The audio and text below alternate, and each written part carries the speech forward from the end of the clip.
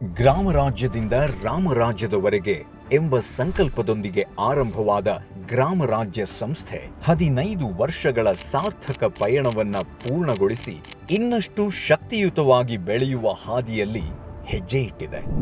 ನಾಡಿನ ಎಲ್ಲಾ ಅಡುಗೆ ಮನೆಗಳು ವಿಷಮುಕ್ತವಾಗಬೇಕು ಎನ್ನುವ ಯೋಚನೆಯಿಂದ ಆರಂಭವಾದ ಈ ಸಂಸ್ಥೆ ಸಹಸ್ರಾರು ಅಡುಗೆ ಮನೆಗಳನ್ನ ಈಗಾಗಲೇ ತಲುಪಿದೆ. ನಿಜ ಅರ್ಥದ ನೈಸರ್ಗಿಕ ಉತ್ಪನ್ನಗಳನ್ನ ಮನೆ ಮನೆಗೂ ಪೂರೈಸುವ ಸಂಸ್ಥೆ ಎಂಬ ನಂಬಿಕೆಯನ್ನ ಭದ್ರವಾಗಿಸಿಕೊಂಡಿದೆ. ಪ್ರತಿ ವಾರವೂ ಒಬ್ಬ ಸಾಧಕರನ್ನ ಸಂಧಿಸಿ ಅವರೊಂದಿಗೆ ಮಾತನಾಡ್ತಾ ನಮ್ಮ ಮನೆಯಲ್ಲೂ ವಿಷಮುಕ್ತ ಅಡುಗೆ ಮನೆಯನ್ನ ಮಾಡೋದಕ್ಕೆ ಸೂಕ್ತವಾದ ದಾರಿ ಕಂಡುಕೊಳ್ಳೋಣ. ಇದು ವಿಷಮುಕ್ತ ಅಡುಗೆ ಮನೆ ಮುಕ್ತ ಮಾತು.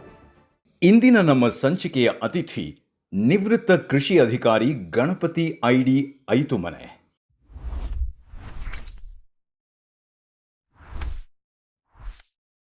ಹರೇ ರಾಮ.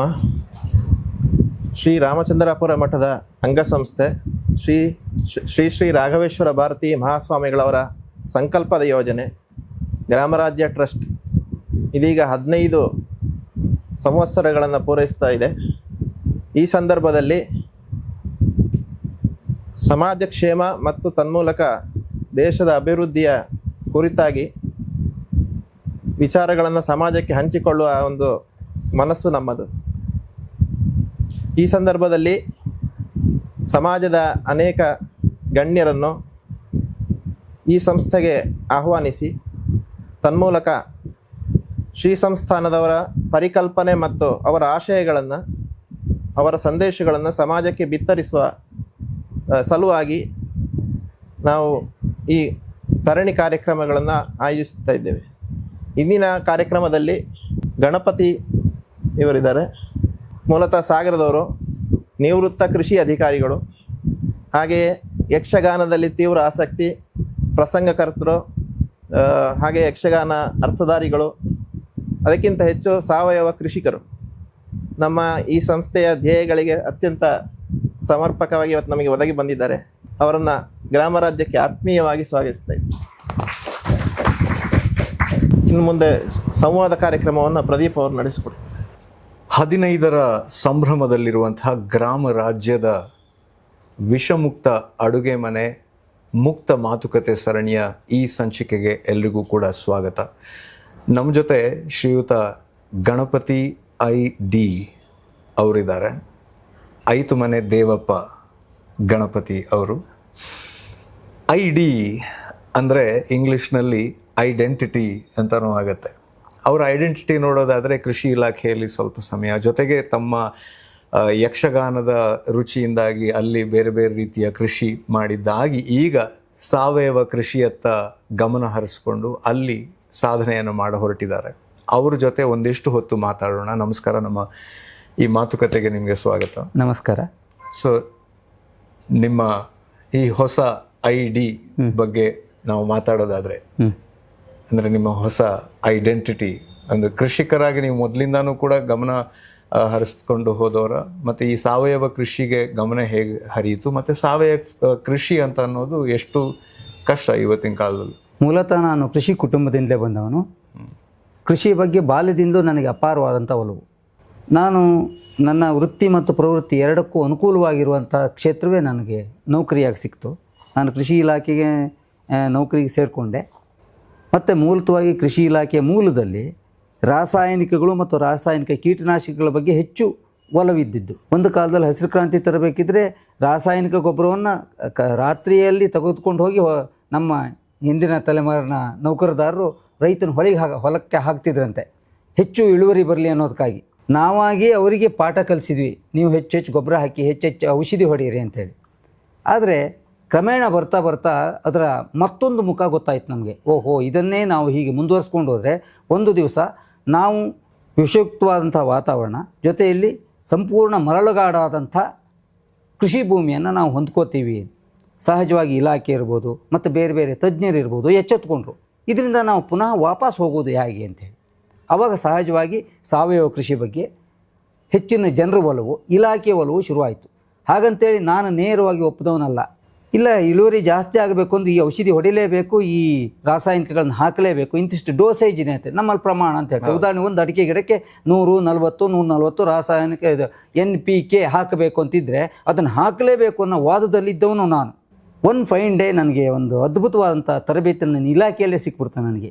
ಸಮಗ್ರ ಪೀಡೆ ನಿರ್ವಹಣೆ ಅಂತೇಳಿ ಯುರೋಪಿಯನ್ ಅಸೋಸಿಯೇಷನ್ ವತಿಯಿಂದ ರಾಜ್ಯ ಸರ್ಕಾರದ ಮೂಲಕವಾಗಿ 6 ತಿಂಗಳ ಒಂದೇ ಬೆಳೆಯ ಮೇಲೆ ಸಮಗ್ರವಾಗಿ ಕೀಟನಾಶಕ ರಹಿತವಾಗಿ ಹೇಗೆ ಬೆಳೆಯನ್ನು ಬೆಳೆಯಬಹುದು ಎನ್ನುವಂಥ ಒಂದು ತರಬೇತಿ. ಅದು ಆ್ಯಕ್ಚುಲಿ ಇದು ಹತ್ತಿ ಬೆಳೆ ಮೇಲೆ ತರಬೇತಿಗಳಿತ್ತು ಮತ್ತು ಭತ್ತದ ಬೆಳೆಯ ಮೇಲೆ ಬೇರೆ ಕಡೆಗೂ ತರಬೇತಿಗಳು ಅದೇ ಸೀಸನ್ನಲ್ಲಿದ್ದು. ಆವಾಗ ನಾನು ತಿಳ್ಕೊಂಡೆ, ಯಾವ ಕಾರಣಕ್ಕೂ ನಾವು ನಮ್ಮ ಪೂರ್ವಾಗ್ರಹ ಪೀಡಿತವಾದಂಥ ಆಲೋಚನೆ ಇತ್ತಲ್ಲ, ಇಲಾಖೆಯ ಮೈಂಡ್ ಸೆಟ್ ಅಂತ ಕರಿತೇನೆ ನಾನು ಅದನ್ನು. ರಾಸಾಯನಿಕ ಗೊಬ್ಬರಗಳನ್ನು ಹಾಕಲೇಬೇಕು, ಇದನ್ನು ಕೀಟನಾಶಕಗಳನ್ನು ಹೊಡಿಲೇಬೇಕು ಎನ್ನುವಂಥ ಆ ಸ್ಥಿತಿಯಿಂದ ನಾನು ಹೊರಗೆ ಬರಲಿಕ್ಕೆ ಸಾಧ್ಯ ಆಯಿತು. ನಾನು ಅದಕ್ಕೆ ಇಲಾಖೆಗೆ ಇವತ್ತಿಗೂ ಋಣಿಯಾಗಿದ್ದೇನೆ. ಅದಲ್ಲದೆ ಹೋದರೆ ನಾನು ಹೊಸ ಆಲೋಚನಾ ಕ್ರಮವನ್ನು ಮಾಡಲಿಕ್ಕೆ ಸಾಧ್ಯ ಆಗ್ತಿರಲಿಲ್ಲ. ನಿಮಗೊಂದು ಸತ್ಯವನ್ನು ಹೇಳ್ತೇನೆ, ನಾನು ಎಂದೂ ಬೇಗ 8 ಗಂಟೆ ಒಳಗೆ ಎದ್ದವನೇ ಅಲ್ಲ. ಆದರೆ ನಾನು ಆ 6 ತಿಂಗಳದ ಅವಧಿಯಲ್ಲಿ 6 ಗಂಟೆಗೆ ಎದ್ದು, ಅದರಲ್ಲಿ ಈಸಾ ಅಂತೇಳಿ ಅಂದರೆ ಎಕೋಸಿಸ್ಟಮ್ ಅನಾಲಿಸಿಸ್ ಅಂತ ಒಂದು ಪ್ರೋಗ್ರಾಮ್ ಮಾಡ್ತಾರೆ. ಬೆಳಗ್ಗೆ 6 ಗಂಟೆಗೆ ಹೋದ್ರೆ ಮಾತ್ರ ನೀವು ಅಲ್ಲಿರೋಂಥ ವಾತಾವರಣದಲ್ಲಿ ಏನೆಲ್ಲ ವ್ಯತ್ಯಾಸ ಆಗ್ತದೆ ಅಂತೇಳಿ. ನೀವು ಹಳ್ಳಿಯವರಾದರೆ ನಿಮ್ಗೆ ಅರ್ಥ ಆಗ್ತದೆ. ನಾನು ಹಳ್ಳಿಯವರಿಗಾಗಿ ಮಾತನಾಡ್ತೇನೆ. ಈ ಪುಟ್ಟ ಕರುಗಳು ಬೆಳಿಗ್ಗೆ ಹೊತ್ತಲೇ ಇದ್ದಷ್ಟು ಆ್ಯಕ್ಟಿವ್ ಆಗಿ ತುಂಬ ಚಟುವಟಿಕೆಯಿಂದ ಮಧ್ಯಾಹ್ನ ಇರೋದಿಲ್ಲ. ಎಮ್ಮೆ ಕರ ಮೊದಲೇ ತುಂಬ ಜಬ್ಬು ಅಂತ ಕರಿತೇವೆ, ಅಂದರೆ ಆ್ಯಕ್ಟಿವ್ ಆಗಿರೋದಿಲ್ಲ. ಅಂಥ ಎಮ್ಮೆ ಕರ ಬೆಳಗಿನ ಹೊತ್ತಿನಲ್ಲೂ ತುಂಬ ಕ್ರಿಯಾಶೀಲವಾಗಿರ್ತದೆ. ಕೀಟಗಳು ಹಾಗೆ ಬೆಳಗಿನ ಸಮಯದಲ್ಲಿ ಸೂರ್ಯನ ಉದಯದ ನಂತರ ಕೆಲವೊಂದಷ್ಟು ಹೊತ್ತು ಮಾತ್ರ, ಅದು 7 ಕಾಲವರೆಗೆ ತುಂಬ ಚಟುವಟಿಕೆಯಿಂದ ಇರ್ತವೆ ಎಲ್ಲ ಕೀಟಗಳು. ಆ ನಂತರದಲ್ಲಿ ಸೂರ್ಯನ ಬೆಳಕು ಹೆಚ್ಚಾದಾಗ ಕಡಿಮೆ ಆಗ್ತದೆ. ಕೀಟಗಳು ಹಾಗಿದ್ರೆ ಅದನ್ನು ಆ ಹಂತದಲ್ಲಿ ನಮಗೆ ನಿಯಂತ್ರಣ ಮಾಡಲಿಕ್ಕೆ ಬರ್ತದಾ? ಆಲೋಚನೆ ಬಂದದ್ದು ಹಾಗೆ. ಹಾಗಿದ್ರೆ ಸಹಜವಾಗಿ ಒಂದಷ್ಟು ಬೆಳೆಯನ್ನು ಬಿಟ್ಟರೆ, ಅದು ನಾವು ಬಯೋಡೈವರ್ಸಿಟಿ ಅಂತ ಕರಿತೇವೆ. ಒಂದು ಪ್ರಾಯೋಗಿಕವಾಗಿ ಹೇಳೋದಾದರೆ, ಒಂದಷ್ಟು ಜಾಗಕ್ಕೆ ಏನೂ ಮಾಡದೇ ಇರೋದು, ಬಿಟ್ಟು ಬಿಡೋದು, ಮತ್ತು ಮತ್ತೊಂದಷ್ಟು ಜಾಗಕ್ಕೆ ಮತ್ತೊಂದಷ್ಟು ಮಾಡೋದು. ಅದಕ್ಕೆ ಪ್ಯಾರಾಮೀಟರ್ಸ್ಗಳು ಬೇರೆ ಇರ್ತವೆ, ಏನೇ ಇರಲಿ.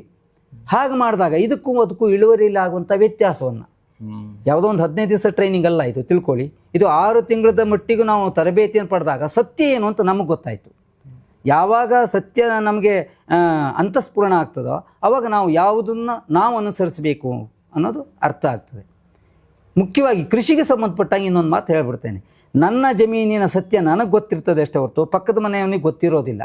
ನನ್ನ ಜಮೀನಿನ ಮಣ್ಣು, ನನ್ನ ಜಮೀನಿನ ಸ್ಥಿತಿಗತಿಗಳು, ಅದರಲ್ಲಿರ್ತಕ್ಕಂಥ ನೀರಿನ ವಾತಾವರಣ ನಾನು ಚೆನ್ನಾಗಿ ತಿಳ್ಕೊಂಡಿದ್ರೆ ಮಾತ್ರ ಅದನ್ನು ಯಾವುದೇ ಕೃಷಿಗೆ ಒಳಪಡಿಸ್ಬೋದು. ನೀವು ಸಾವಯವ ಇರಲಿ ಅಥವಾ ನಿರವಯವ ಇರಲಿ, may be organic or inorganic, ಯಾವುದೇ ಕೃಷಿ ಇರಲಿ, ಬಳಸ್ಕೊಳ್ಬೇಕಿದ್ರೆ ಅವನಿಗೆ ಅವನ ಮಣ್ಣಿನ ಸ್ಥಿತಿಗತಿಗಳು ಗೊತ್ತಿರಬೇಕು. ಅವನ ಮಣ್ಣಿನ ವಾತಾವರಣದ ಸುತ್ತಲಿನ ವಾತಾವರಣ ಚೆನ್ನಾಗಿ ಗೊತ್ತಿರಬೇಕು.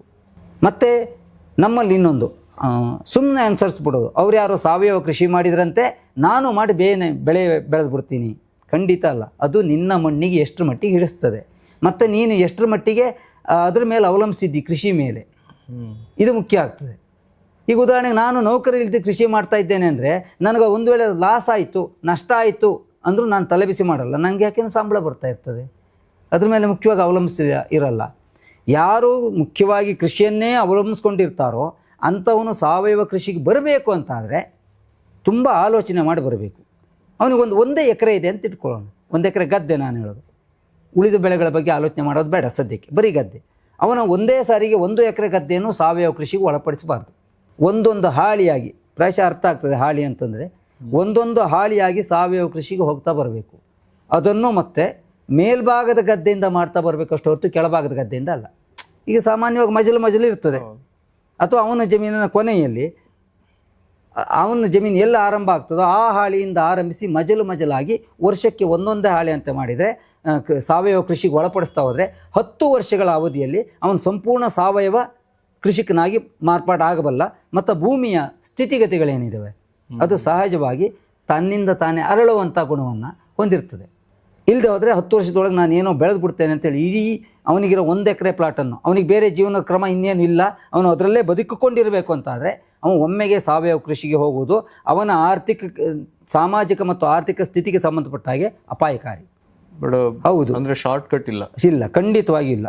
ಮತ್ತು ಸಾವಯವ ಕೃಷಿ ಅಂತಂದ ಕೂಡಲೇ ನಮ್ಮಲ್ಲಿ ಯಾವುದೋ ಪೇಟೆಯಲ್ಲಿ ಸಿಗಬಹುದಾದಂಥ ಏನೇನೋ ಯಾರೋ ಕಾಂಪೋಸ್ಟ್ ಅಂತ ಕೊಡ್ತಾರೆ, ಯಾರೋ ಎರೆಹುಳ ಗೊಬ್ಬರ ಅಂತ ಕೊಡ್ತಾರೆ.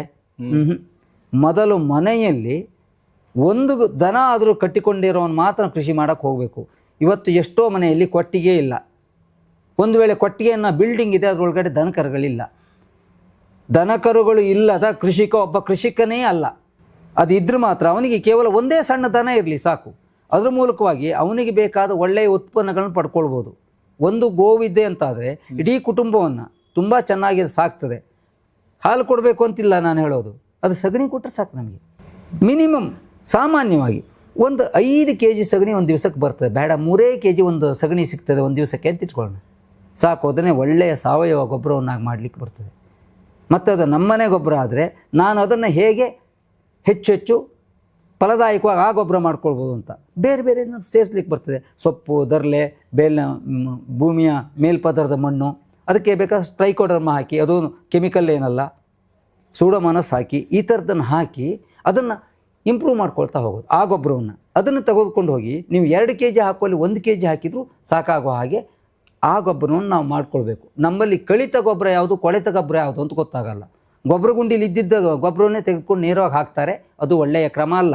ಯಾಕೆ ಅಂತ ಕೇಳಿದರೆ ಅದು ಕೇವಲ ಕೊಳೆತ ಗೊಬ್ಬರ, ಕಳಿತ ಗೊಬ್ಬರ ಆಗೋದಿಲ್ಲ. ಕಳಿತ ಗೊಬ್ಬರದಲ್ಲಿ ಈಗ ಆರ್ಗ್ಯಾನಿಕ್ ಕಾರ್ಬನ್ ಇಂತಿಷ್ಟು ಇರಬೇಕು ಅಂತ ಇರ್ತದೆ, ಅದು ಕಳಿತ ಗೊಬ್ಬರದಲ್ಲಿ ಇರ್ತದೆ, ಬರೀತ ಕೊಳೆತ ಗೊಬ್ಬರದಲ್ಲಿ ಇರೋದಿಲ್ಲ. ಕನಿಷ್ಠ ಅಂದ್ರೆ ಒಂದು 3.5ರಿಂದ 4 ತಿಂಗಳು ಅದನ್ನು ಕಾಂಪೋಸ್ಟ್ ಸ್ಥಿತಿಗೆ ನಾವು ತಂದುಕೊಳ್ಬೇಕು. ಸಾವಯವ ಗೊಬ್ಬರವನ್ನು, ಸಾವಯವ ಗೊಬ್ಬರ ಆಗಬೇಕು ಅಂತಾದರೆ, ಇಲ್ಲದೆ ಸಾವಯವ ಗೊಬ್ಬರ ಆಗೋದಿಲ್ಲ. ಹೀಗೆ ನನ್ನ ಜೀವನದಲ್ಲಿ ಆ ಸಮಗ್ರ ಪೀಡೆ ನಿರ್ವಹಣೆ ತರಬೇತಿ ನನ್ನನ್ನು ಇದರಿಂದ ರಾಸಾಯನಿಕದಿಂದ ಇದಕ್ಕೆ ಸಾವಯವ ಕೃಷಿಗೆ ತಂತು. ಆಮೇಲೆ ನನಗೆ ಮಾತೆತ್ತಿದ ಕೂಡಲೇ ಒಂದಷ್ಟು ಔಷಧಿಗಳ ಹೆಸರು ಬಂದುಬಿಡ್ತಿದ್ವು. ನಿಜವಾಗಲೂ ಮೊನೊಕ್ರೋಟೋಪಾಸ್ ಈಗ ಬ್ಯಾನ್ ಆಗಿದೆ, ಈಗಿಲ್ಲ. ಕ್ಲೋರೋಪೈರಿಪಾಸ್, ಎಂಡೋಸಲ್ಫಾನ್, ಈ ಥರದ್ದು.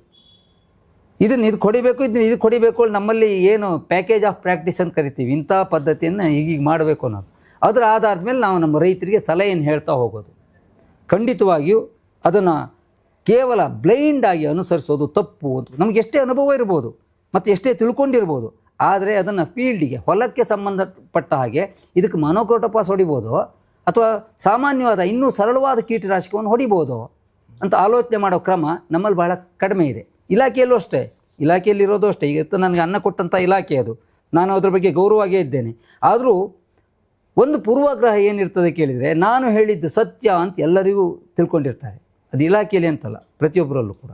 ಆದರೆ ಕೃಷಿಕನಿಗೆ ಮಾತ್ರ ಅವನ ಅನುಭವವೇ ಸತ್ಯ ಹೊರತು ಬೇರೆ ಹೇಳಿದ ಮಾತು ಯಾವುದು ಸತ್ಯ ಅಲ್ಲ. ಈ ಕೀಟನಾಶಕ ಇಲ್ಲದೆ ನಾವು ಬೆಳೆಯನ್ನು ಬೆಳೆಯಬಹುದು ಅನ್ನೋ ಸತ್ಯ ನನಗೆ ಗೊತ್ತಾದ ಮೇಲೆ ನಾನು ಕೀಟನಾಶಕವಾದಂಥ ಕೃಷಿಯತ್ತ ಹೆಚ್ಚು ಒಲವನ್ನು ಪಡ್ಕೊಂಡೆ. ಸಾವಯವ ಕೃಷಿಗೆ ಬರಬೇಕಿದ್ರೆ ಕೀಟನಾಶಕ ರಹಿತವಾದಂಥ ಕೃಷಿಯನ್ನು ಅನುಸರಿಸಬೇಕು. ರಾಸಾಯನಿಕ ಗೊಬ್ಬರಕ್ಕಿಂತ ಹೆಚ್ಚು ಮಾರಕವಾದದ್ದು ಇವತ್ತು ರಾಸಾಯನಿಕ ಕೀಟನಾಶಕ. ಒಂದು ಸಣ್ಣ ಉದಾಹರಣೆನೇ ಹೇಳ್ತೇನೆ. ಭತ್ತ ಎನ್ನುವ ಬೆಳೆಗೆ ಯಾವುದೇ ಕೀಟನಾಶಕ ಬೇಡ. ನಾನು ಚಾಲೆಂಜ್ ಮಾಡಿ ನಾನು ಬೆಳೆದಿದ್ದೇನೆ, ಬೆಳೆದಬೇಕಾದ್ರೂ ತೋರಿಸ್ತೇನೆ ಈಗಲೂ ಕೂಡ. ಒಂದೇ ಒಂದು ಸಣ್ಣ ಪ್ರಮಾಣದ ಕೀಟನಾಶಕ ಬೇಡ. ಇವತ್ತಿನ ದುರಾದೃಷ್ಟ ಅಂದರೆ ಸಿಂಥೆಟಿಕ್ ಪ್ಯಾರಾಥ್ರೈಡ್, ಹೆಸರು ಹೇಳಲ್ಲ ಇಂಥ ಕಂಪ್ನಿ ಅಂತೇಳಿ, ಅಂಥ ಭತ್ತಕ್ಕೆ ಅಂತಲ್ಲ ಯಾವ ಬೆಳೆಗೂ ಉಪಯೋಗಿಸಲೇಬಾರದಂಥ ಪ್ಯಾರಾಥ್ರೈಡನ್ನು ಇವತ್ತು ಭತ್ತಕ್ಕೆ ಹೊಡಿತಾ ಇದ್ದಾರೆ. ಎಲ್ಲಿ ಶೇಷಾಂಶ, ರೆಸಿಡ್ಯುಯಲ್ ಎಫೆಕ್ಟ್ ಏನಾಗ್ಬೋದು ಅದರದ್ದು? ಅದೆಲ್ಲ ಹೊಟ್ಟೆಗೆ ಹೌದು, ಹೋಗೋದು ಎಲ್ಲಿಗೆ? ಅದು ಮತ್ತು ತುದಿಯಲ್ಲಿ ಕಾಳಿನಲ್ಲೇ ಹೋಗಿ ಕಟ್ಕೊಳ್ಳೋದು, ಮತ್ತೆಲ್ಲೂ ಹೋಗಿ ಕಟ್ಕೊಳ್ಳಿಕ್ಕೆ ಆಗೋದಿಲ್ಲ. ಹುಲ್ಲಿನಲ್ಲಿ ಉಳಿತದೆ, ಅದನ್ನು ದನಕ್ಕೆ ಹಾಕ್ತೀರಿ, ದನಕ್ಕೆ ಬಂತು ಕೈಕಾಲು ಹಿಂಗಾಗೋ ರೋಗ ಬಂತು ನೋಡಿ. ಇವತ್ತಿನ ಎಷ್ಟೋ ದನಗಳು ಶಡಿಗಾಲು ಅಂತ ಕರಿತೇವೆ ನಾವು ಹಳ್ಳಿಯಲ್ಲಿ. ಎಲ್ಲ ದನಗಳು ಅಂಥ ಔಷಧಿ ಹೊಡೆದಂಥ ಇದನ್ನು ಬೈ ಹುಲ್ಲು, ಬಿಳಿ ಹುಲ್ಲು ಅಥವಾ ಭತ್ತದ ಹುಲ್ಲನ್ನು ತಿಂದೆ ತಮ್ಮ ಸತ್ವವನ್ನು ಕಳ್ಕೊಂಡಿದ್ದಾವೆ ದನಕರುಗಳು. ಇದ್ರ ಇನ್ನೊಂದು ಪರಿಣಾಮ ಅಂತ ಕೇಳಿದರೆ, ಕಂದು ಹಾಕೋದು ಅಂದರೆ ನಿಮ್ಗೆ ಗೊತ್ತಿರ್ಬೋದು, ಅಂದರೆ ಅಬಾರ್ಷನ್ ಆಗೋದು ಹಸುಗಳಲ್ಲಿ ಅಥವಾ ಎಮ್ಮೆಗಳಲ್ಲಿ. ಅದು ಹೌದು. ಯಾಕೆ ಆರ್ಗ್ಯಾನೋ ಫಾಸ್ಫರಸ್ ಕಾಂಪೌಂಡ್ಸನ್ನು ಉಪಯೋಗಿಸಿದ ಕೂಡಲೇ ಸಹಜವಾಗಿ ಎಲುಬಿನ ಮೇಲೆ ಆದಾಗ ದುಷ್ಪರಿಣಾಮವನ್ನು ಬೀರ್ತದೆ, ನರಗಳ ಮೇಲೆ ದುಷ್ಪರಿಣಾಮವನ್ನು ಬೀರ್ತದೆ. ಎಷ್ಟೋ ಅನೇಕ ಕೀಟನಾಶಕಗಳು ಅವು ಸಹಜವಾಗಿ ಆ ಪ್ರಾಣಿಗಳ ಮೇಲೋ ಮತ್ತು ಮನುಷ್ಯರ ಮೇಲೋ ಆ ದುಷ್ಪರಿಣಾಮವನ್ನು ತೋರಿಸ್ತದೆ. ಇನ್ನೂ ಒಂದು ಸಣ್ಣದು, ಕೇವಲ ಕಂದು ಹಾಕೋದು ಅಂತಲ್ಲ, ಗರ್ಭ ಕಟ್ಟುವ ಇದು ಕೂಡ ಅವಧಿಯೂ ಕೂಡ ಹಿಂದೆ ಮುಂದೆ ಆಗುವಂಥದ್ದು ಪ್ರಾಣಿಗಳಲ್ಲಿ ಬಂತು. ಕೇವಲ ಇದು ನಾವು ಸಾಕುವ ಪ್ರಾಣಿಗಳಲ್ಲಿ ಅಂತ ಮಾತ್ರ ತಿಳ್ಕೊಳ್ಬೇಡಿ. ನಮ್ಮ ಗದ್ದೆಗೆ ಬಂದಂಥ ಕಡುವೆಗೂ ಅದು ಪರಿಣಾಮ ಬೀರ್ತದೆ, ಕಾಡುಕೋಣಂಗೂ ಅದ್ರ ಪರಿಣಾಮ ಬೀರ್ತದೆ. ಯಾಕೆ ನಾವು ಪರಿಸರದ ಜೊತೆಗೆ ನಾವು ಬದುಕಬೇಕು. ಲೆಟ್ ಅಸ್ ಲೀವ್, ಬದುಕಿರಿ ಮತ್ತು ಬದುಕಲು ಬಿಡಿ, ಇವೆರಡೂ ಆಗಬೇಕು ಅಂದರೆ ನಾವು ಅವುಗಳನ್ನು ಸಮಗ್ರವಾಗಿ ನಿರ್ವಹಣೆ ಮಾಡ್ತಾ ಹೋದಾಗ ಮಾತ್ರ ಸಾಧ್ಯ ಆಗ್ತದೆ. ಕೀಟನಾಶಕಗಳನ್ನು ಬಳಸದೇ ಇರುವುದು ಬಹಳ ಮುಖ್ಯ, ಅನಿವಾರ್ಯ ಆಯ್ತಪ್ಪ. ಆಲ್ಟರ್ನೇಟ್ ಏನು, ಪರ್ಯಾಯ ಏನು ಹುಡ್ಕೊಳ್ಬೇಕು, ಬೇಕಾದಷ್ಟಿದ್ದಾವೆ. ನೀವು ಇದೆಲ್ಲ ಹೇಳೋದು ನೋಡಿದಾಗ ಇವತ್ತಿನ ಕಾಲದಲ್ಲಿ ಎಲ್ಲಾನು ಕೂಡ ನಮಗೆ ಸುಲಭದಲ್ಲಿ ಸಿಗಬೇಕು. ಹಾಗಾದ್ರೆ ಒಂದು ಸಾವಯವ ಕೃಷಿ ಅಂತ ಮಾಡೋದು ಅಂತಂದ್ರೆ ಒಂದು ದೊಡ್ಡ ಚಾಲೆಂಜ್. ಹೌದು. ಯಾಕೆ ಇಳಿಬೇಕು ನಾನು? ಹಾಂ, ಯಾವುದು ಲಾಭದಾಯಕ ಅಲ್ಲ ಅಂತ ಇರ್ತದೋ ಅವಾಗ ಸಹಜವಾಗಿ ಯಾವ ವ್ಯಕ್ತಿಯು ಅದ್ರ ಕಡೆ ಮುಖ ಮಾಡೋದಿಲ್ಲ. ಯಾಕೆ ಮಾಡಬೇಕು? ನಾನು ಅದನ್ನೇ ಕೇಳ್ತೇನೆ, ಯಾಕೆ ಮಾಡಬೇಕು? ನನಗೇನು ಲಾಭ ಇರೋದಿಲ್ಲ, ನಾನು ಯಾಕೆ ಮಾಡಬೇಕು? ನಾನು ಬೇರೆಯವರಿಗಾಗಿ ಬದುಕೋದಲ್ಲ, ನಾನು ಮೊದಲು ನನಗಾಗಿ ಬದುಕೊಳ್ಬೇಕು. ನಾನು ಒಂದಷ್ಟು ಬೆಳೆದಿದ್ದೇನೆ, ಒಂದು 10 ಕ್ವಿಂಟಲ್ ಭತ್ತ ಬೆಳೆದಿದ್ದೇನೆ ಅಂತ ಇಟ್ಕೊಳ್ಳೋಣ. ನನಗೆ 10 ಕ್ವಿಂಟಲ್ ತಿನ್ನೋಕೆ ಬೇಡ, 5 ಕ್ವಿಂಟಲ್ ಪಕ್ಕದ ಮನೆ ಕೊಡೋಣ ಭತ್ತ ಬೆಳೆದಿದ್ದರೋನಿಗೆ. ಅವ ಆರೋಗ್ಯಯುತವಾದಂಥ ಆಹಾರವನ್ನು ತಿಂದುಕೊಂಡು ಬದುಕಲಿ. ಒಂದು ನನಗಾಗಿ, ಅವಾಗ ನಾನು ನನಗಾಗಿ ಬದುಕೊಂಡು ಪಕ್ಕದ ಮನೆಯವನು ಒಬ್ಬ ಇದ್ದಿದ್ರಲ್ಲಿ ನನ್ನ ಜೊತೆಗೆ ಹಂಚಿಕೊಂಡು ಉಣ್ಲಿಕ್ಕೆ ಒಂದು ಅವಕಾಶಗಳು. ಮತ್ತು ಈ ಸಾವಯವ ಕೃಷಿಯಲ್ಲಿ ಉತ್ಪಾದಕತೆಯನ್ನು ಹೆಚ್ಚು ಮಾಡುವ ಕ್ರಮ ಇದೆಯಲ್ಲ, ಅದನ್ನು ತುಂಬ ಚೆನ್ನಾಗಿ ಆಲೋಚನೆ ಮಾಡ್ಕೊಂಡಿರಬೇಕು. ಸಾಧ್ಯ ಆಗುತ್ತೆ, ಖಂಡಿತ ಸಾಧ್ಯ. ಅದೇ ಹೇಳಿದ್ನಲ್ಲ, 10 ವರ್ಷ ಬೇಕು. ನೀವು ಇವತ್ತು ಬೇಕು. ಹೌದು, ಇಲ್ಲಿ ಸ್ವಿಚ್ ಹಾಕಿದ ಕೂಡಲೇ ಇಲ್ಲಿ ಹೊಟ್ಟೆ ತುಂಬ ಯಾವ ಶಾರ್ಟ್ ಕಟ್ಟು ಕೃಷಿಯಲ್ಲಿ ಇಲ್ಲ. ಕೃಷಿಗೆ ಏನು ಅಂದರೆ ತಾನು ಶ್ರಮ ಪಡಬೇಕು. ಇವತ್ತು ಏನಾಗಿದೆ ಕೇಳಿದರೆ, ಹಳ್ಳಿಗಳೆಲ್ಲ ವೃದ್ಧಾಶ್ರಮ ಆಗ್ತಾ ಇದ್ದಾವೆ. ಬಹಳ ಖೇದದ ಸಂಗತಿ. ಈಗ ನನ್ನ ತಲೆಮಾರಿನವರು ಇಲ್ಲಿ ಊರಿನಲ್ಲಿ ಇದ್ದಾರೆ ಅನ್ನೋದು ಬಿಟ್ಟರೆ, ಮತ್ತು ನನ್ನಿಂದ ಹಿರಿಯರಿದ್ದಾರೆ ಅಂತ ಬಿಟ್ಟರೆ, 40 ವರ್ಷದ ಒಳಗಿನ ಯಾವ ಯುವಕರು ಇವತ್ತು ಹಳ್ಳಿಯಲ್ಲಿ ಇಲ್ಲ. ಪರಿಹಾರ ಏನು? ನೀವೇನು ಆಲೋಚನೆ ಮಾಡ್ತೀರಿ ಇದ್ರ ಬಗ್ಗೆ? ನಾನೇ ಪ್ರಶ್ನೆ ಕೇಳ್ತೇನೆ ನಿಮಗೆ. ಪರಿಹಾರ ಬೇಕಲ್ಲ. ಈಗ ನನ್ನ ಮನೆ ತೋಟ ಗದ್ದೆ ಹಾಳಾಗೋದು ನನ್ನ ಕಣ್ಣಿಂದ ನೋಡ್ಲಿಕ್ಕೆ ನನಗೆ ಆಗಲ್ಲ. ಕೇವಲ ಅದು ನನ್ನ ಜಮೀನು ಆಗಿರಲಿಲ್ಲ, ಅದು ನನ್ನ ಅಪ್ಪಂದಾಗಿತ್ತು, ನನ್ನ ಅಪ್ಪಂದು ಆಗಿರಲಿಲ್ಲ, ನನ್ನ ಅಜ್ಜಂದಾಗಿತ್ತು ಅಲ್ಲ. ಈಗ ಇದು ನಂದು ಅಲ್ಲ, ನನ್ನ ಮಕ್ಕಳಿದ್ದು. ನಾಳೆ ಅವನ ಮುಂದಿನ ಮಕ್ಕಳಿಗೆ ಬಿಟ್ಟು ಹೋಗಬೇಕು. ಈ ಭೂಮಿಯನ್ನು ಸುಸ್ಥಿರವಾಗಿ ನಮ್ಮ ಅಪ್ಪಯ್ಯ ಅಜ್ಜ ಕಾಲದಿಂದ ಬಿಟ್ಟು ಬಂದಿದ್ದನ್ನು ಮುಂದುವರ್ಸ್ಕೊಂಡು ಹೋಗಬೇಕು. ಅದೇ ಆರೋಗ್ಯಯುತವಾದದ್ದನ್ನು ನಾನು ನನ್ನ ಮರಳುಗಾಡನ್ನು ನನ್ನ ಮಕ್ಕಳಿಗೆ ಕೊಟ್ಟು ಹೋಗೋದಲ್ಲ. ಅದಕ್ಕಾಗಿ ಸಾವಯವ ಕೃಷಿಯಿಂದ ಅನಿವಾರ್ಯ ಮಾಡಲೇಬೇಕು. ಲಾಭದಾಯಕ ಅಲ್ಲದೇ ಇರ್ಬೋದು, ಲಾಭದಾಯಕದತ್ತ ತಿರುಗಿಸಿಕೊಳ್ಳುವ ಕ್ರಮವನ್ನು ನೋಡ್ಕೊಳ್ಬೇಕು. ಲಾಭದಾಯಕ ಅಂದಷ್ಟೇ, ನಷ್ಟ ಆಗದಿರುವುದು ಮಾತ್ರ ಲಾಭದಾಯಕ ಕೃಷಿಯಲ್ಲಿ. ಇವತ್ತಿನ ಯಾವ ಕೃಷಿಯಲ್ಲೂ ಲಾಭ ಆಗ್ತಾ ಇದೆ ಅಂತಂದರೆ ಅಷ್ಟು ಸುಲಭಕ್ಕೆ ಒಪ್ಪಲಿಕ್ಕಾಗೋದಿಲ್ಲ. ಅದ್ರ ಹಿಂದ್ಗಡೆ ಇರುವಂಥ ಶ್ರಮ ಇದೆಯಲ್ಲ. ಇವತ್ತು ಹಳ್ಳಿಯಲ್ಲಿ ಅನೇಕರು, ನನಗೆ ಇವತ್ತು ಒಂದಷ್ಟು ಟೊಮೆಟೊವನ್ನು ಬೆಳೆದೆ, ಒಳ್ಳೆಯ ಲಾಭ ಬಂತು, ಸಣ್ಣ ಸಣ್ಣ ನ್ಯೂಸ್ಗಳನ್ನು ನಾವು ಮಾತ್ರ ನೋಡ್ತೇವೆ.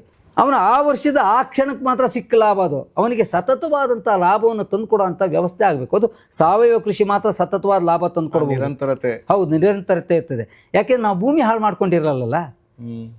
ಆಮೇಲೆ ಕೀಟನಾಶಕವನ್ನು ಹೊಡೆದು ಸುತ್ತಮುತ್ತಲೂ ಇರುವಂಥ ಮಿತ್ರ ಕೀಟಗಳು ಅಂತ ಏನು ಕರಿತೇವೆ, ಅವು ನಾಶ ಆಗೋದಿಲ್ಲ, ಜೇನುಹುಳ ನಾಶ ಆಗೋದಿಲ್ಲ. ಆಮೇಲೆ ನೀವು ಕಡಿಜೀರ್ಗ, ಬಂಡಾರ ಬಿಡ್ಚಿಗೆ ಹೇಳ್ತಾರಲ್ಲ, ಇವೆಲ್ಲ ಅಪಾಯಕಾರಿ ಪ್ರಾಣಿ ಅಲ್ಲ, ಅವೆಲ್ಲ ನಮ್ಮ ಮಿತ್ರ ಕೀಟಗಳು. ಜೇಡ, ಸಾಲಿಂಗ. ಇವತ್ತು ಗದ್ದೆಗೆ ಹೋಗಿ ನೋಡಿ ನೀವು, ಒಂದೇ ಒಂದು ಮೀನು, ಹಾವು, ಕಪ್ಪೆಯೋ ಬೇಡ, ಹರಿದಾಡುವ ಸಾಲಿಂಗ ಅಂದರೆ ಜೇಡ, ಸ್ಪೈಡರ್ ಎಲ್ಲರೂ ಕಾಣ್ತದ? ಯಾಕೆ ಕಾಣೋದಿಲ್ಲ? ಎಲ್ಲದಕ್ಕೂ ಅದೇ ಕೀಟನಾಶಕ. ಎಲ್ಲವಕ್ಕೂ ಕೀಟನಾಶಕ ಅದೇ ಅಂತಲ್ಲ. ಈಗ ನಾನೊಂದು ಕೀಟನಾಶಕ ಹೊಡಿತೇನೆ, ಪರಿಣಾಮ ಬೀರಲಿಲ್ಲ. ನಮಗೆ ಏನಾಗಿದೆ, ಮತ್ತೊಂದು ಸಾರಿ ಹೇಳ್ತೇನೆ, ಔಷಧಿ ಹೊಡೆದ ತಕ್ಷಣದಲ್ಲಿ ಎಲ್ಲ ಸತ್ತೋಗ್ಬಿಡ್ಬೇಕು, ಎಕ್ಸೆಪ್ಟ್ ಅದೊಂದು ಗಿಡ. ಅದು ಔಷಧಿ ಹೊಡೆದ ಗಿಡನೂ ಸತ್ತೋಗ್ಬಿಡ್ತದೆ. ಇವತ್ತಿನ ಪರಿಸ್ಥಿತಿ ಹಂಗಿದೆ. ಹೌದು, ಯಾಕೆಂದರೆ ಕಳೆನಾಶಕಗಳನ್ನ ತಿಳುವಳಿಕೆ ಇಲ್ಲದೆ ಬಳಸೋದ್ರ ಮೂಲಕ ಬೆಳೆಯನ್ನೇ ಹಾಳು ಮಾಡಿಕೊಂಡ ಅನೇಕ ಉದಾಹರಣೆಗಳು. ಅದು ಬೆಳೆನಾಶಕವೂ ಆಗ್ಬೋದು. ಹೌದು, ಕಳೆನಾಶಕ ಮಾತ್ರ ಅಲ್ಲ, ಬೆಳೆನಾಶಕ ಅಂದರೆ ಸಿಸ್ಟಮಿಕ್ ಕರಿತೇವೆ. ಇದು ಇಂಥ ಬೆಳೆಗೆ ಇಂಥದ್ದನ್ನೇ ಹೊಡಿಬೇಕು ಅಂತಿದೆ. ಬಳಸುವಾಗ ಕೀಟನಾಶಕವನ್ನು ಬಳಸುವಾಗ ದೊಡ್ಡ ಎಚ್ಚರಿಕೆಯನ್ನು ಇಟ್ಕೊಳ್ಳದೆ ಹೋದರೆ 2 ಥರದ ಅಪಾಯ. ಒಂದು ಅವನ ಆರೋಗ್ಯಕ್ಕೆ, ಮತ್ತು ಅವನು ಬೆಳೆದಂಥ ಬೆಳೆಗೆ, ಎರಡಕ್ಕೂ ಅಪಾಯ. ಮತ್ತು ಯಾವ ಕಾರಣಕ್ಕೂ ಪ್ರಾಕೃತಿಕವಾಗಿ ಇರ್ಬೋದಂಥ ಮಿತ್ರ ಕೀಟಗಳೇನಿದ್ದಾವೆ ಅವು ನಾಶ ಆಗಬಾರ್ದು. ಈಗ ಜೇಡ ನಮಗೊಂದು ಮಿತ್ರ ಕೀಟ, ಜೇನುಹುಳವನ್ನು ನಮಗೊಂದು ಮಿತ್ರ ಕೀಟವೇ. ಏಪಿಡ್ಸ್ ಅಂತ ತಿನ್ನೋಕೆ ಕ್ರೈಸೋಪರ್ಲಾ ಅಂಥದ್ದಿದೆ, ಗುಲ್ಗುಂಜಿ ಹುಳ ಅಂತ ನಾವು ಕರಿತೇವೆ. ಬೇಕಾದಷ್ಟು ಪ್ರಕೃತಿಯಲ್ಲಿ ಓಡಾಡ್ತಾ ಇರ್ತವೆ. ಒಂದು 10 ಗುಲ್ಗುಂಜಿ ಹುಳ ಇದ್ದುಬಿಟ್ರೆ ಬೇಕಾದಷ್ಟು ಏಪಿಡ್ಸ್ ಅಂತ ತಿಂತವೆ. ಆದರೆ ನಾವು ಗುಲ್ಗುಂಜಿ ಹುಳವನ್ನೇ ಕೊಂದು ಹಾಕ್ಬಿಟ್ಟಿದ್ದೀವಲ್ಲ, ಇಲ್ಲಿಂದ ಏಪಿಡ್ಸ್ ಜಾಸ್ತಿ ಆಗದೆ ಏನಾಗುತ್ತೆ? ಈಗ ನೋಡಿ, ವೈಟ್ ಫ್ಲೈಗಳು, ಬಿಳಿ ನೊಣ ಎಷ್ಟು ವ್ಯಾಪಕವಾಗಿದೆ ಅಂದರೆ ಅದನ್ನು ತಿನ್ನಬಹುದಾದಂಥ ಅನೇಕ ಈ ಕ್ರೈಸೋಪರ್ಲಾ ಅಂತ ತಿಂತವೆ. ಆ ಕ್ರೈಸೋಪರ್ಲಾನೇ ಕಾಣ್ತಾ ಇಲ್ಲ. ಮೊದಲು ಕೀಟನಾಶಕ ಹೊಡೆದಾಗ ನಾಶ ಆಗೋದು ಮಿತ್ರ ಕೀಟಗಳು, ಆಮೇಲೆ ಶತ್ರು ಕೀಟಗಳು. ಇದರಿಂದ ಇನ್ನೊಂದು ದೊಡ್ಡ ದುಷ್ಪರಿಣಾಮ ಏನು ಕೇಳಿದರೆ, ಕೀಟನಾಶಕವನ್ನು ಹೊಡೆದಾಗ ಮಿತ್ರ ಕೀಟಗಳು ಬದುಕದೇ ಇರಲಿ, ಶತ್ರು ಕೀಟಗಳು ಬದುಕಿಬಿಟ್ಟು ಅಂತಾದರೆ ಅವಕ್ಕೊಂದು ರಿಸರ್ಜೆನ್ಸ್ ಬಂದ್ಬಿಡ್ತದೆ. ಕೀಟನಾಶಕ ನಿರೋಧಕ ಶಕ್ತಿ ಯಾವಾಗ ಇದು ಒಂದು ಮಂತ್ರದಿಂದ ಒಂದು ಹುಲಿಯನ್ನು ಸೃಷ್ಟಿ ಮಾಡ್ತಾರಲ್ಲ, ನಿಮ್ಗೊಂದು ಕತೆ ಗೊತ್ತಿರ್ಬೋದಲ್ವ, ಅದು ಜಾನಪದ ಕತೆ. ಮಂತ್ರದಿಂದ ಹುಲಿಯನ್ನು ಬದುಕಿಸಿ ಇದು ಮಾಡೋದು, ಗುರುಗಳ ಆಶ್ರಮದಲ್ಲಿ ವಿದ್ಯೆ ಕಲಿತು ಬಂದಂತೆ 3 ಜನ ಬೇರೆ ಬೇರೆ ಥರದಲ್ಲಿ. ಒಬ್ಬ ಮೂಳೆ ಮಾಂಸವನ್ನು ರಚನೆ ಮಾಡ್ತಾನೆ ಸತ್ತೋದ ಪ್ರಾಣಿಗೆ, ಮತ್ತೊಬ್ಬನು ಜೀವ ಕೊಡ್ತಾನೆ. ಹಾಗೆ ಒಬ್ಬ ಜೀವ ಕೊಟ್ಟ ಕೂಡಲೇ ಆ ಹುಲಿ ಮೇಲೆ ಹಾರಿತ್ತಂತೆ. ಇದು ಹಾಗೆ ನಾವು ಪೆಸ್ಟಿಸೈಡ್ಗಳನ್ನು, ಯಾವುದೇ ಪೆಸ್ಟಿಸೈಡ್ ಇರ್ಬೋದು, ಹೊಡೆದಾಗ ಕೀಟಗಳ ಅಕಸ್ಮಾತ್ ಅದನ್ನು ತಡ್ಕೊಂಡು ಅಂತಾದರೆ, ಅಂದರೆ ನಾವು ಇನ್ನೊಂದು ಕಾರಣ, ಹಾಗೆ ತಡ್ಕೊಳ್ಳಿಕ್ಕೆ ಏನು ಕಾರಣ? ಸರಿಯಾದ ಡೋಸೇಜನ್ನು ಬಳಸದೇ ಇರೋದು ಮತ್ತು ಸರಿಯಾದ ಔಷಧಿಯನ್ನು ಅದಕ್ಕೆ ಬೇಕಾದ್ದನ್ನು ಬಳಸದೇ ಇರೋದು. ಈ ಕ್ರಮದಿಂದ ಅವಕ್ಕೆ ಆ ರಿಸರ್ಜೆನ್ಸ್ ಬಂದುಬಿಟ್ರೆ, ನಿರೋಧಕತೆ ಬಂದುಬಿಟ್ರೆ, ಅವೇ ನಮ್ಮನ್ನು ಆ ಮಂತ್ರದಿಂದ ಹುಲಿ ಬದುಕ್ತಲ್ಲ ಅದೇ ಥರ ಆಗ್ತದೆ, ನಮ್ಮನ್ನೇ ತಿಂತಾವು. ಅಂಥ ಅನೇಕಗಳಿದ್ದಾವೆ. ಈಗ ಒಂದು ಕಾಲದಲ್ಲಿ ನುಷಿಪೀಡೆ ಅಂತಿತ್ತು. ನೀವು ತೆಂಗಿನ ಮರದ ಯಾವುದೇ ಎಳ್ನೀರು ತಿನ್ನೋಕ್ಕೆ ಹೋಗಿ ಅಲ್ಲಿ ಬುಡದಲ್ಲಿಷ್ಟು ಸೊಟ್ಕೊಂಡು ಹೋಗ್ತಿತ್ತು. ಅನೇಕರು ಸಂಶೋಧನೆ ಮಾಡಿದರು, ತೋಟಗಾರಿಕೆ ಇರ್ಬೋದು, ಆಮೇಲೆ ಸ್ವತಂತ್ರವಾಗಿ ಆಲೋಚನೆ ಮಾಡೋರು ಇರ್ಬೋದು. ಇವತ್ತು ನುಸಿಪೀಡೆ 100ಕ್ಕೆ 99 ಕಡಿಮೆ ಆಗಿದೆ. ಯಾಕೆ? ಔಷಧಿ ಹೊಡೆದು ಕಂಟ್ರೋಲ್ ಆಗಿದ್ದಲ್ಲ, ಇದನ್ನು ತಿಳ್ಕೊಳ್ಳಿ. ಪ್ರಾಕೃತಿಕವಾಗಿ ಸಹಜವಾಗಿ ಆ ನುಸಿಯನ್ನು ತಿನ್ನುವಂಥ ಜೇಡು ಅಥವಾ ಪರ್ಯಾಯವಾಗಿ ಬೇರೆ ಬೇರೆ ಪರಾವಲಂಬಿ ಭಕ್ಷಕಗಳು ಕಾರಣ ಆಗಿದ್ದರಿಂದ ನುಸಿ ರೋಗ ಇವತ್ತು 100ಕ್ಕೆ 99% ನಿಯಂತ್ರಣಕ್ಕೆ ಬಂದಿದ್ದಾವೆ.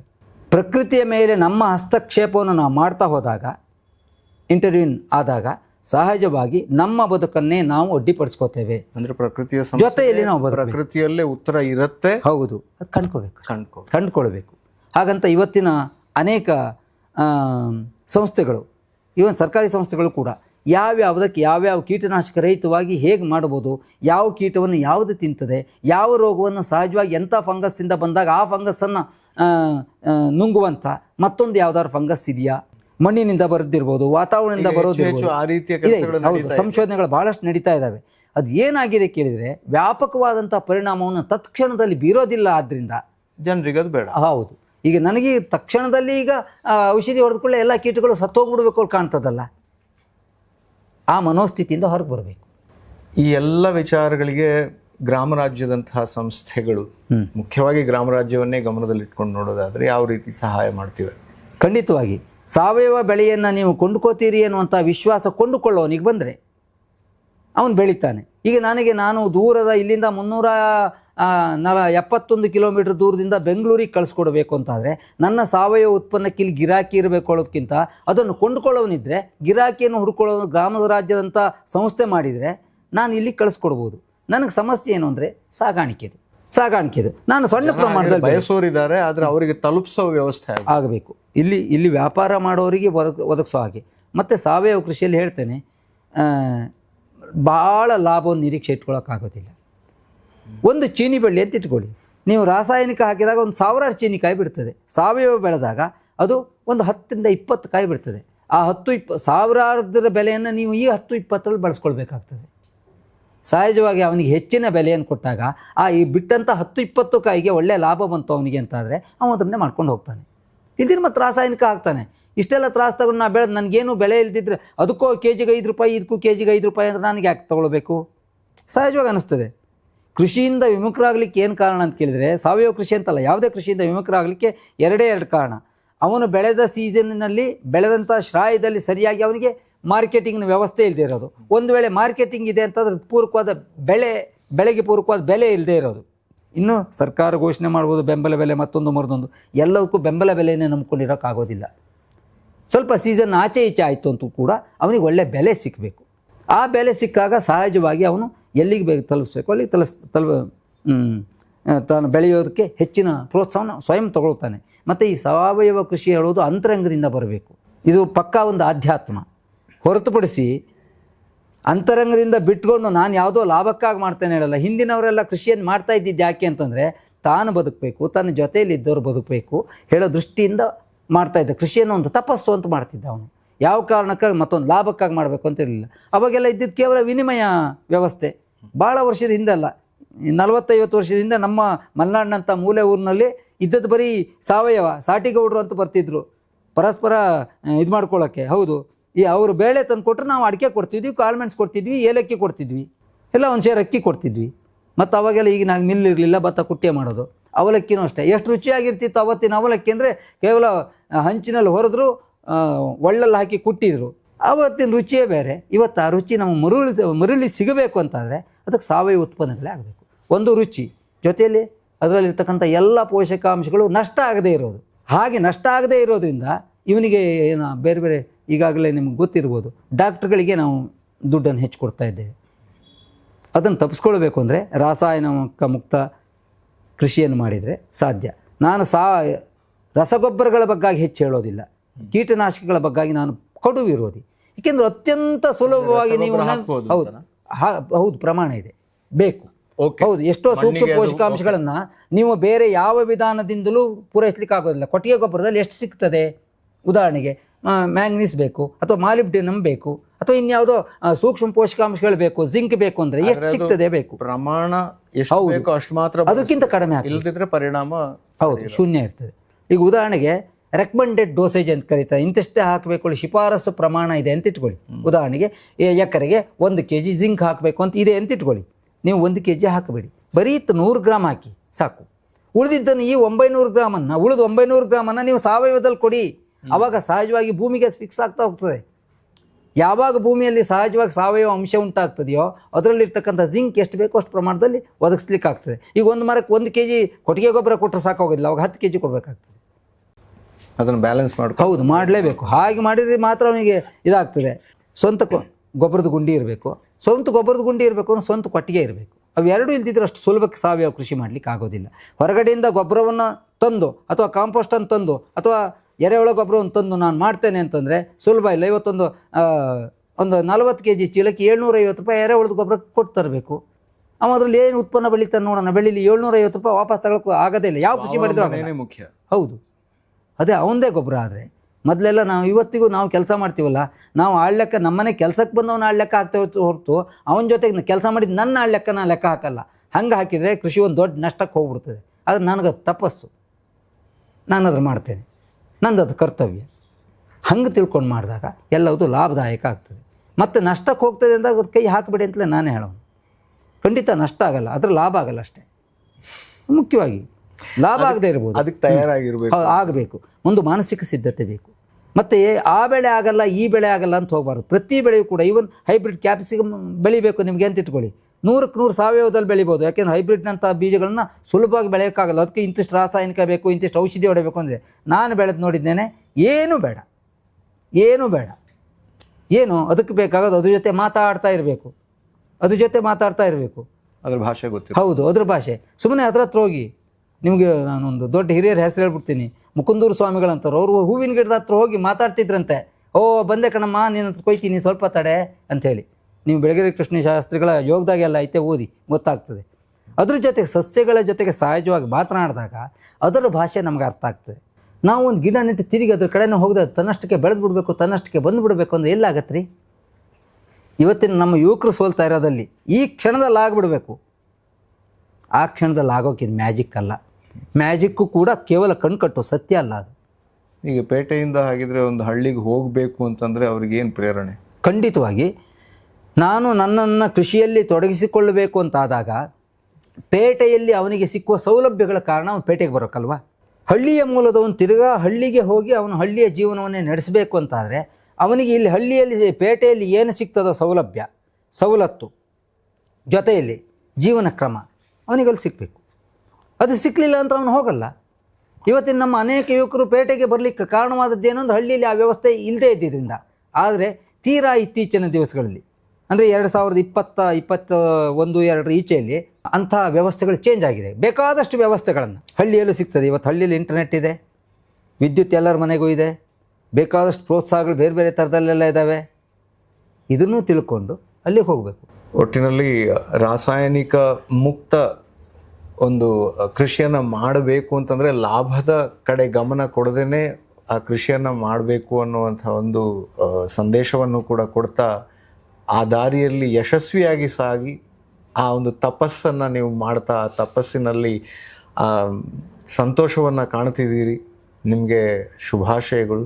ಹಾಗೆ ಗ್ರಾಮ ರಾಜ್ಯದ ವತಿಯಿಂದ ಇಷ್ಟು ಹೊತ್ತು ನಮ್ಮ ಜೊತೆ ಸಮಯ ಕೊಟ್ಟಿದ್ದಕ್ಕೆ ಧನ್ಯವಾದಗಳನ್ನು ಹೇಳ್ತೀನಿ. ಒಳ್ಳೆಯ ಪರಿಕಲ್ಪನೆ ಇದು. ಪೂರಕವಾಗಿ ಇನ್ನೂ ಅಷ್ಟು ಬೆಳೀತಾ ಹೋಗಲಿ ಇದು. ಈಗ 15ನೇ ವರ್ಷಕ್ಕೆ ಕಾಲಿಡ್ತಾ ಇದ್ದೀರಿ. ಇದು 100 ವಸಂತಗಳನ್ನು ಕಾಣಲಿ. ಆ ಸಂತೋಷವನ್ನೆಲ್ಲ ನಾವೆಲ್ಲ ಅನುಭವಿಸೋಣ ಅಂತ ಹೇಳ್ತಾ ನಿಮಗೆ ನಮಸ್ಕಾರ. ಧನ್ಯವಾದಗಳು.